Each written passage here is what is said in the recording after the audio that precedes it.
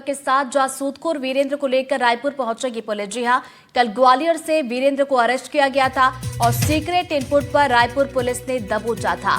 वीरेंद्र तोमर का छोटा भाई रोहित अब भी फरार है और 2 जून से ये दोनों भाई फरार चल रहे थे। तोमर बंधुओं पर वसूली समेत 16 केस छत्तीसगढ़ पुलिस में है और वांटेड सूदखोर वीरेंद्र तोमर को कुछ देर में लेकर पुलिस रायपुर पहुंचने वाली है। तो बता दें कि रायपुर के चर्चित सूदखोर वीरेंद्र सिंह तोमर को रायपुर पुलिस ने 8 नवंबर की देर शाम को ग्वालियर में पकड़ा था और मध्य प्रदेश के ग्वालियर से हिरासत में से लिया गया। तो क्राइम ब्रांच और पुरानी बस्ती थाना पुलिस के ये संयुक्त कार्रवाई रही और आरोपी को पकड़ा गया और वीरेंद्र के खिलाफ मारपीट, हत्या की कोशिश, जबरन वसूली, सूदखोरी सहित कई गंभीर अपराध दर्ज हैं। तो वीरेंद्र के छोटे भाई रोहित तोमर की तलाश अभी भी की जा रही है। वीरेंद्र और उसके भाई रोहित तोमर के खिलाफ तेलीबाजा थाना में कारोबारी ने मारपीट और धमकी देने की शिकायत भी दर्ज करवाई थी। तो एफआईआर दर्ज होने के बाद दोनों आरोपी 2 जून 2025 से फरार चल रहे थे।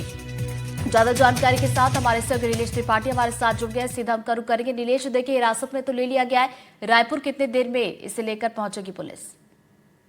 देखिए नीतू, जो अभी ताजा इनपुट अभी थोड़ी देर पहले ही पुलिस अधिकारियों से बातचीत में जो मिला है, रायपुर लेकर पहुंच गई है वीरेंद्र तोमर को पुलिस। और हालांकि अभी आधिकारिक तौर पर इस पर पुष्टि नहीं की जा रही है और कहा जा रहा है कि सीधे कोर्ट में पेश किया जाएगा। लेकिन जो सोर्स बता रहे हैं कि रायपुर पहुंच चुके हैं और एक थाने में रखा गया और थोड़ी पूछताछ के बाद वापस जो है या प्रक्रिया जो है कानूनी प्रक्रिया उसको करने के बाद फिर कोर्ट में पेश करने की तैयारी चल रही है। वीरेंद्र सिंह तोमर को लेकर लगातार पुलिस की व्यवस्था पर भी सवाल उठ रहे थे कि आखिर ऐसा क्या है कि उसे नहीं पकड़ा जा सक रहा है। जून से वो फरार चल रहा था, वो और उसका भाई। और अभी एक जो इनपुट मिला पुलिस को कल इनपुट मिला कि ग्वालियर में एक मकान में जो एक फ्लैट है वहां पर वो लंबे समय से रह रहा है भेष बदल कर, और कई बार इस दरमियान उसने सिम भी बदली।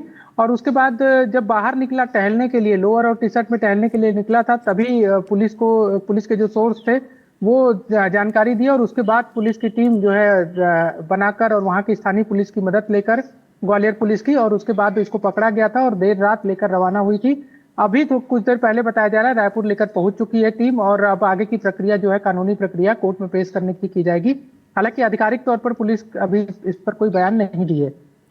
ऋतु, नीलेश, भाई की बात की जा चुकी थी कि भाई भी लगातार फरार चल रहा है, उसको पकड़ने के लिए क्या कुछ कोशिशें पुलिस की तरफ से की जा रही है? देखिए, दोनों ही जो भाई हैं इनको पकड़ने के लिए पुलिस की स्पेशल टीम बनाई गई थी। क्राइम ब्रांच के कुछ अधिकारियों को इसके लिए जिम्मेदारी दी गई थी। अब चूंकि वीरेंद्र को पकड़ लिया गया है, तब ये अनुमान लगाया जा रहा है कि वीरेंद्र के ही इनपुट पर उसके भाई को भी जल्द ही पकड़ा जा सकता है। हो सकता है कि उसका भाई कहीं और रह रहा हो और वहां पर भी पुलिस की टीम जो है वो दबिश देकर उसको कभी भी सूचना आ सकती है कि उसकी भी जानकारी मिल गई है और उसको पकड़ा गया है। फिलहाल तो वीरेंद्र को लेकर ही सबसे ज्यादा चर्चा थी, क्योंकि वीरेंद्र कई मामलों में आरोपी रहा है। साल 2010 के बाद से अभी तक कई सारे मामले रायपुर के अलग अलग पुलिस थाने में, चाहे वो हत्या के प्रयास के मामले हों या फिर मारपीट के गंभीर मामले हों, सूदखोरी, लोगों को धमकी देना, उनकी संपत्ति पर जबरदस्ती कब्जा करना, जैसे तमाम आरोप जो है वो वीरेंद्र सिंह तोमर पर लगे हैं। और इतना ही नहीं, जो बड़ा बंगला बनाकर रखा है रायपुर की एक कॉलोनी में वीरेंद्र तोमर, वहां पर भी प्रशासन की टीम ने जो अवैध निर्माण थे उसको लेकर लगातार जून के बाद से अलग अलग समय में कार्रवाई की है। नोटिस चस्पा की कार्रवाई की गई थी, कुर्की जैसी प्रक्रिया भी अपनाने की तैयारी चल रही थी। अब देखना होगा कि अब जब इसकी गिरफ्तारी हो चुकी है तब अब एक्शन क्या लिया जाता है और इसके भाई को कब तक पकड़ा जाता है। तो बिल्कुल ये देखने वाली बात होगी कि भाई को आखिर कब तक पकड़ा जाता है। और फिलहाल जैसा कि हमारे सहयोगी नीलेश बता रहे हैं कि एक भाई को जो पकड़ लिया गया उसे रायपुर लाया जा चुका है। नजरें आप बनाए रखिएगा नीलेश, आगे अपडेट लेंगे। फिलहाल शुक्रिया आपका जानकारी के लिए।